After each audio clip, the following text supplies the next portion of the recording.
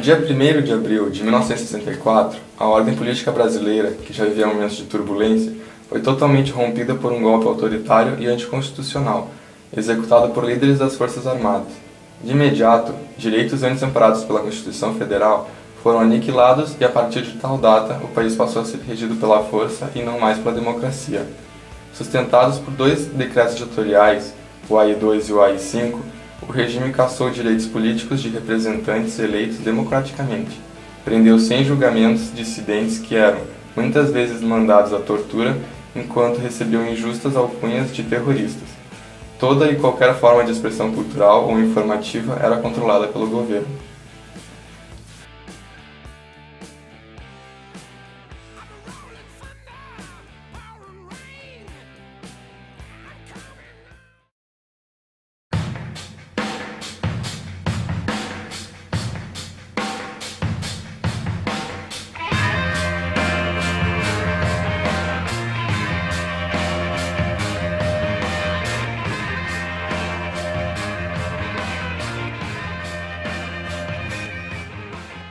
Então, o golpe militar ele foi ocasionado porque nós vivíamos no Brasil naquele momento um aprofundamento da luta pelas mudanças estruturais que o Brasil precisava. Então, Jango, que era o presidente, trabalhava pelas reformas de base. Havia uma grita muito grande por reforma agrária, por direitos, né? Isso foi tudo massacrado pelos militares. O João Goulart não era um revolucionário, ele era um reformista. A gente queria um governo reformista de esquerda, mas não um governo revolucionário. Mas, para um país tão atrasado como o nosso, as reformas de base que ele propunha eram muito revolucionárias.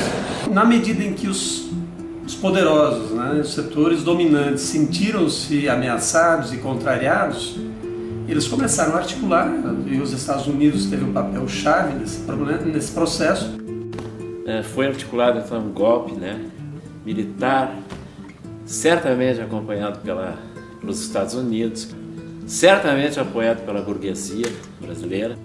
Infelizmente, com o recuo do João Goulart, o Brasil mergulhou na ditadura militar e esse efeito a gente sente até hoje.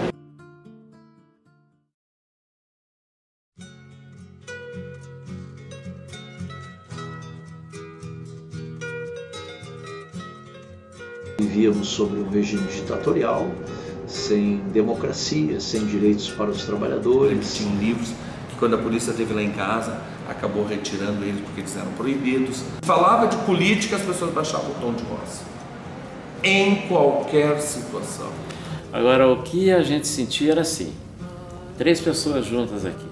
Uma aqui podia ser um delator. O meu pai, ele criticava muito o governo. Falava muito sobre o governo, criticava muito.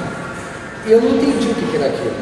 Para mim aquilo, era criança, eu não entendia. Então ele dizia assim, o meu pai é contra a empresa, para dizer que ele era contra o governo, não tinha o conceito de governo, de Estado, então era a empresa. E eu falei assim, meu pai é contra a empresa, meu pai é contra a empresa. Eu sempre dizia isso. Aí a minha mãe uma vez chegou para mim e falou assim, não diz isso na frente das pessoas. Eu me lembro, por exemplo, que eu tinha um cachorro, tá, que era louco, e o nome do cachorro se chamava Arthur, numa referência ao presidente Arthur da Costa e Silva. E aí eu me lembro que eu estava entrando no primário, na pré-escola, não me lembro direito qual foi a série, e a professora aquela coisa, né, perguntando, o que é que tu acha? Como é? Vocês têm cachorro, tem bicho, tem gato? Qual é o nome? Aí quando chegou a minha vez, né, eu disse, é Arthur. Ela disse, Arthur, por causa do presidente. E aí eu me lembro que eu contei isso em casa e acabei levando um xingão nos meus velhos, porque esse tipo de coisa a gente tinha que aprender a não falar fora de casa. Eu me lembro uma vez tinha uma loja na Rua dos Andradas, vendia chapéu, sapato e tal. E eu me lembro que um senhor reclamou do preço dos sapatos. Ah, mas onde é que nós vamos parar com esses preços e tal? Já um cara veio, pegou, ele já levou, ele a tapa, pontapé. Quer dizer, tu não podia reclamar nem do preço do sapato. Eu vi colegas meus, chegou um caminhão do exército, desceram, invadiram a casa, atiraram os móveis, tudo pra rua, levaram a família presa e diziam que eles eram subversivos, que tinham encontrado material subversivo. Tá, era assim, na prática, tu escrevia uma peça, tinha que mandar essa peça para censura lia, tu ainda tinha que fazer um ensaio para 2, 3 censores. Um ensaio assim, normal, fazer um ensaio, eles iam ali, ficavam assistindo, com o texto na mão, isso pode, isso não pode, esse figurino aí não dá. Eu tenho um caso bem particular num texto meu, bem em cadeira de rodas, podia dizer Brasil, em cadeira, notei bem, ninguém sabia o que era, né? E essa peça ganhou um prêmio nacional de dramaturgia, Ministério da Educação. E o Ministério da Justiça proibiu a peça. Então eu achei que eu tinha um trunfo nas mãos, né? E fui tentar a liberação da peça. E eu fui a Brasília, consegui marcar com o chefe da censura federal. Daí na sexta-feira, às 18 horas, tinha uma agenda final lá com ele. Eu fui, ele estava lá. Aí ele fez o seguinte, veio com 2 textos, 2 cópias. E me perguntou assim, tem ouvido falar de Dom Helder Câmara? De Chico Buarque de Holanda? Caetano Veloso? Não, né? Aí ele, sabe por quê, né? Porque não é para falar. Não é para falar, essa gente. E outra coisa, o que tu escreveu aqui tem coisa que não é para falar. Então é simples, por isso tu está aqui agora, sentado comigo.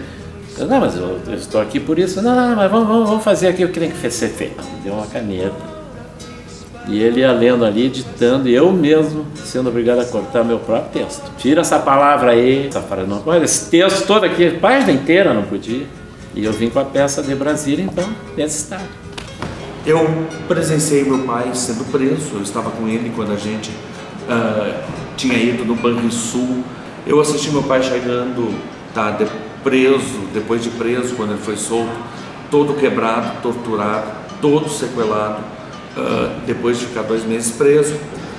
Foi quando a minha prisão, em 1971, em maio, final de maio de 1971, onde fui levado para o DOPS, torturado barbaramente, enviado para a Operação Bandeirantes em São Paulo, tive também mais de 1 mês o retorno aqui e a necessidade depois do exílio para poder continuar a luta.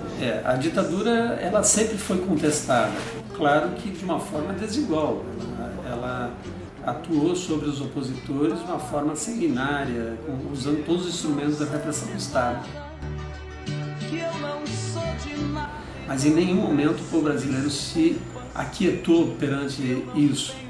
E esse sentimento de liberdade, de democracia e de defesa dos interesses nacionais, ele foi pouco a pouco crescendo e tomando conta do país.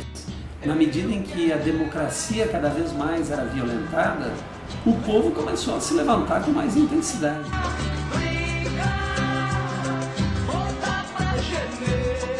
E eu fui líder de grupo de 11. Era um grupo de 11 pessoas que se reunia.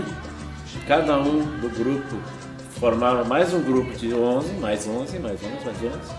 Uma rede de grupos de 11. Era articulado pelo Brizola. Meu pai estava envolvido com a luta contra o regime, estava envolvido em organizações contra o regime. Meu pai vai participar de uma organização, a primeira experiência de uma luta armada contra o regime, que vai ser a guerrilha do Caparaó, que era liderada pelo Brizola.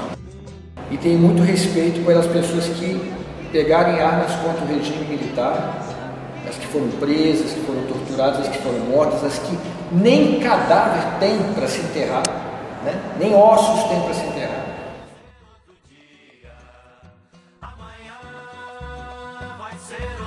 Portanto, na medida em que as condições econômicas ficarem difíceis para o povo, o desemprego, a fome, a miséria crescendo, na medida em que, ao lado disso, se via grandes interesses dos poderosos sendo preservados, nesse período ela começou a tomar dimensões muito maiores já no final da década de 70, onde grandes movimentos começaram a ocorrer no Brasil inteiro. No Brasil, as coisas todas acontecem com negociações.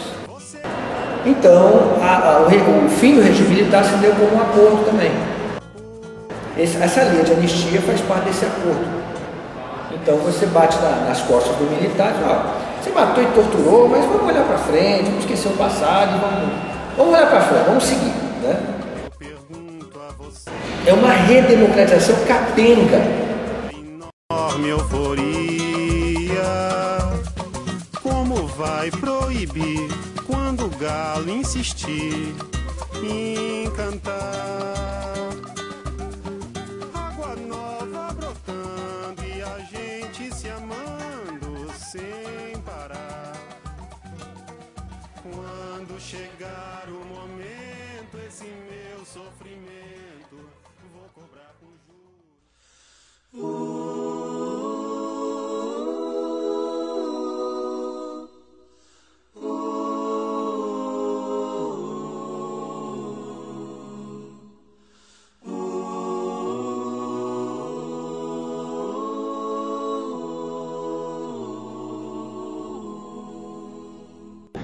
Digamos, a derrubada da ditadura, o fim da ditadura, não foi em 84, em 85. Ela se deu nesses 21 anos de luta do povo brasileiro. E, claro, significou a retomada de um processo democrático, de liberdades democráticas, de possibilidade do povo opinar.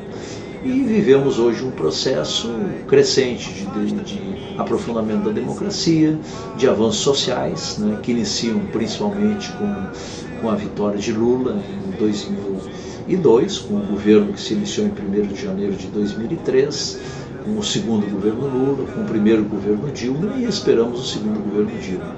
Então podemos dizer que o fim da ditadura abriu o caminho, né, para que progressivamente o povo brasileiro conquistasse mais democracia, mais soberania nacional, mais progresso social, mais desenvolvimento econômico. Melhor seria ser filho da outra realidade menos morta. Tanta mentira, tanta força bruta. Pai, afasta de mim esse cálice.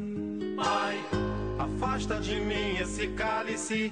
Pai, afasta de mim. Ao longo de 21 anos de governo militar, registram-se cerca de 475 vítimas entre mortos e desaparecidos políticos. Entretanto, levando-se em conta a extensão territorial do país, a não oficialização de procedimentos penais da época e a ausência em estudos que possam dar melhores noções de tais aspectos, o número tende a ser maior. Foram cerca de 25 mil presos políticos, dentre eles muitos torturados e exilados ao longo do período. Atordoado eu permaneço atento, na arquibancada pra qualquer momento, ver emergir o monstro da lagoa. Pai, afasta de mim esse cálice. Pai, afasta de mim esse cálice. Pai, afasta de mim